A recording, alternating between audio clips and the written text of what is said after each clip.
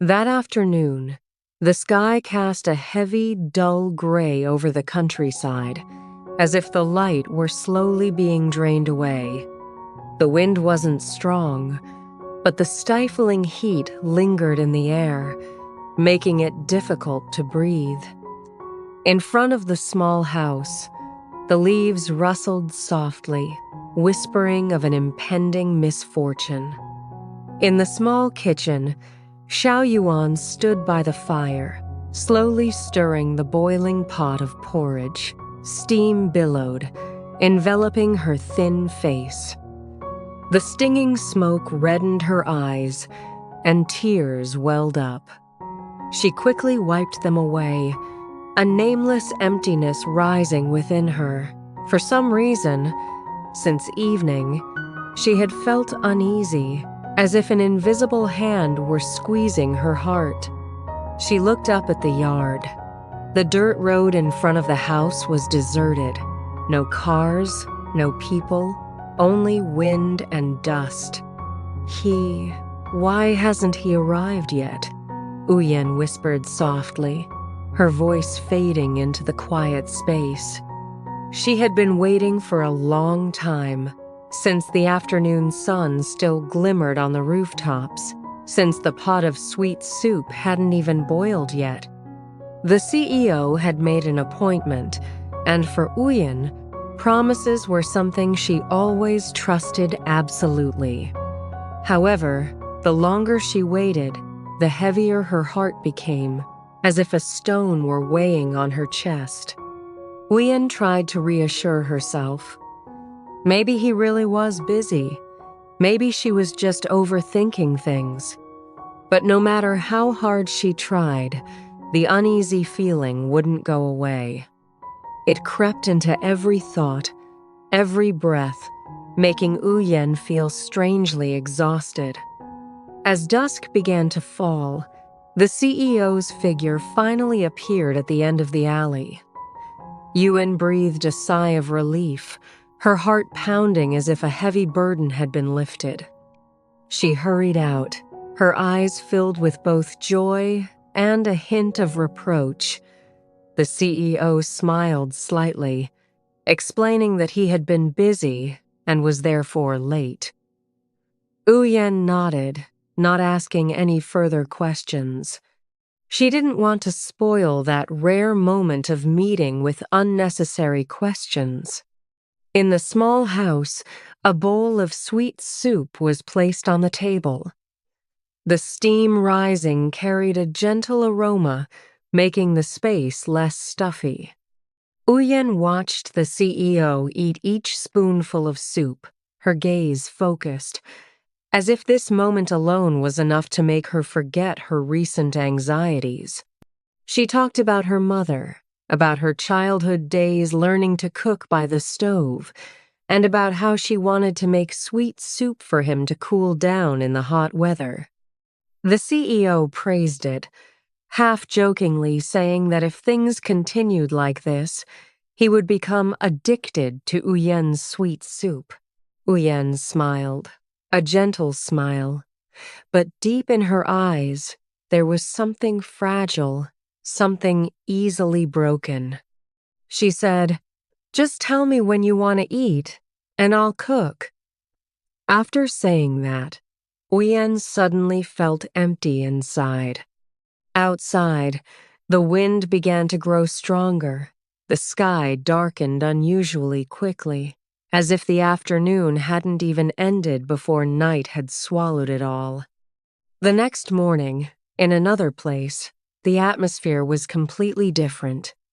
An abandoned building stood silently in an empty field, surrounded by tall weeds. The walls were stained with moss, and the smell of dampness was overwhelming. Hung, summoned by the thug, stood there, his hands in his pockets, his eyes constantly darting around as if afraid of being watched. The meeting was brief, but heavy. When he heard about having to follow and abduct a girl, Hung felt a chill run down his spine. He shook his head repeatedly, images of handcuffs, and days in prison flashing through his mind. Hung knew perfectly well that once he got involved in this, there would be no turning back. However, the cold words of the man called the boss, along with the figure of $1,000, resonated like a knife piercing deep into Hung's hesitation.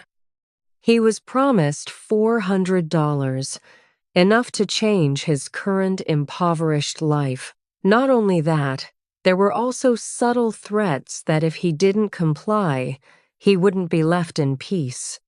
Finally, under pressure and greed, Hung nodded, a heavy nod, as if he were pushing himself down a dark path. That afternoon, Uyen left home, walking along the familiar road she had walked countless times. At first, everything seemed normal, but after only a few steps, Uyen suddenly felt something was wrong behind her. A chilling sensation ran down her spine. She turned around. The road was still deserted. No one was there. Uyen continued walking, but unconsciously quickened her pace. Her heart pounded, each beat echoing in her ears. The feeling of being stared at made her uncomfortable, even though she couldn't see anyone. The road grew deserted, the houses sparse, and the sound of the wind was chillingly clear. Suddenly, two figures lunged from behind. Before Uyen could understand what was happening, she was pulled to the ground. Her clothes were covered in dirt and sand, and a rough hand covered her mouth, suffocating her. The smell of sweat and unfamiliar scent filled Uyen with extreme panic. She struggled, scratched, and desperately tried to fight back, tears streaming down her face uncontrollably. "Shut up! Scream and you'll die right here!" A cold voice rang out, without hesitation. Uyen's heart stopped beating. In that moment, she realized she was very close to the boundary between life and death. The road was silent. No one heard her cries for help. Uyen was dragged along step by step, fear suffocating her mind, leaving her almost numb with despair. The sky above darkened, the wind grew stronger, and in that moment, little Uyen's fate seemed to be teetering on the edge of a precipice. Just one more step and she would plunge straight into the bottomless darkness. Just as Xiao Yuan thought she was about to be dragged away from that deserted road, a woman's voice suddenly rang out, tearing through the suffocating atmosphere. The voice wasn't loud, but it trembled, was strained, and full of determination. "Is anyone there? Robbery! Help!" Xiao Yuan was startled, her eyes widening in despair. The sound was like a glimmer of light in the thick darkness. She tried to turn her head, through her blurry tears, to see a woman tightly clutching her small child. It was Han. Han's face was pale, her lips tightly pressed together, but her eyes shone with a rare determination. In that brief moment, Han had faced a life-or-death choice. If she remained silent, she and her child would be safe, but the other woman might disappear forever. If she spoke, danger could befall both mother and child.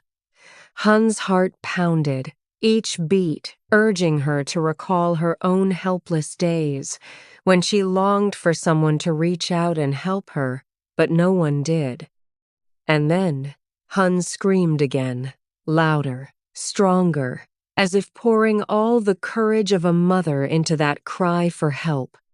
The two thugs froze for a moment. One turned to look at Han, his eyes flashing with anger and ferocity. He took a step forward, his hand clenched as if ready to lunge. Uyen held her breath, her heart tightening, fearing that if she waited even a second longer, the tragedy would continue. Just then, hurried footsteps echoed from the nearby houses. An older man ran out, his voice hoarse but firm. "Hey, you guys, what are you doing to that girl?" The atmosphere froze. The appearance of a third person made the thugs hesitate. They looked at each other, then around, realizing that if they continued, the matter could no longer be concealed. One of them let go of Uyen, pushing her to the ground. Uyen collapsed, her knees aching, but she no longer felt the physical pain. The only thing she felt was the fear that refused to let go. The other two men fled, leaving the road eerily silent. Uyen trembled all over, hugging herself tightly, as if trying to hold on to the last bit of warmth. Her breath was rapid and ragged, as if she had just escaped from the bottom of a deep abyss. Tieu rushed over and knelt beside Uyen. She supported Uyen with one hand while still clutching her child with the other. "Are you all right?" Hun asked, her voice trembling with fear. Uyen couldn't answer, only shaking her head, tears streaming down her cheeks. In that moment, she felt her own fragility, a feeling that if it weren't for that cry for help, her life might have taken a much darker, different turn. The kind man gave a few words of advice and left. But when he disappeared from sight, the feeling of safety vanished. Uyen and Hun both understood that those men could return at any moment. No one dared stand still. "We have to leave now," Hun said softly, but firmly. Uyen nodded. They helped each other away from that road, each step heavy with fear. Uyen kept looking back, her heart pounding. She felt like she was being hunted, like a vulnerable prey in a desolate wasteland. And that fear wasn't unfounded. From afar, a figure lurked at the end of the road. He stood there, his eyes cold, his posture watchful. Uyen clutched Han's hand tightly, her breath catching in her throat. They're back," Uyen whispered, her voice trembling almost to the point of being inaudible.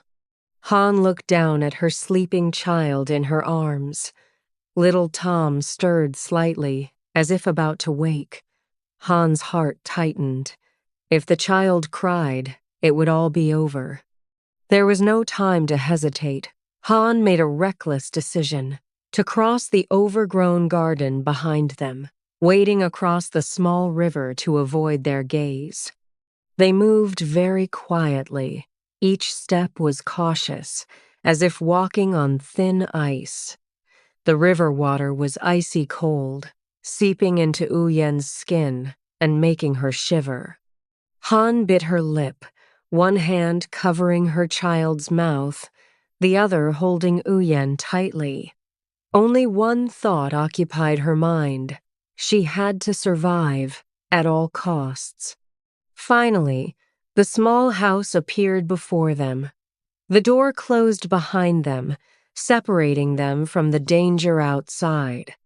Uyen leaned against the wall, gasping for breath, tears streaming down her face uncontrollably. She had never felt so clearly the fragile boundary between life and death. Inside the simple house, Tieu placed her child on the small bed. Little Tom was still fast asleep, his face innocent and strangely peaceful.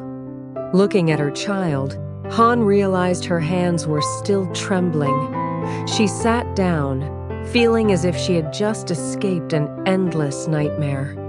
As the atmosphere gradually quieted down, Uyen and Han began to open up.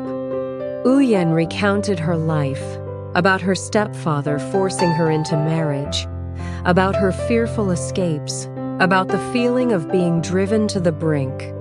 Each word reopened an old wound, making her heart ache. Han listened silently, then began to tell her own story. It was about a broken marriage, about days spent wandering with a child, about the loneliness of a single mother in this vast world. Two women, two different destinies, yet their pain was strangely similar. That lunch was simple: white rice, fried eggs, a few boiled vegetables. But in the small house, that meal felt warmer than any lavish feast. Uyen looked at Han holding her child, a feeling of familiarity she had never experienced before welling up inside her. For the first time in a long time, she felt she was no longer alone in facing life. When little Tom fell asleep, Han intended to get up and leave. But Uyen took her hand. "Stay here, at least for tonight." Han froze. Tears welled up. Outside, the storm might not have subsided. Danger might still lurk. But in that small house, between two people who had been battered by life, human kindness had spoken, warm enough for them to continue walking.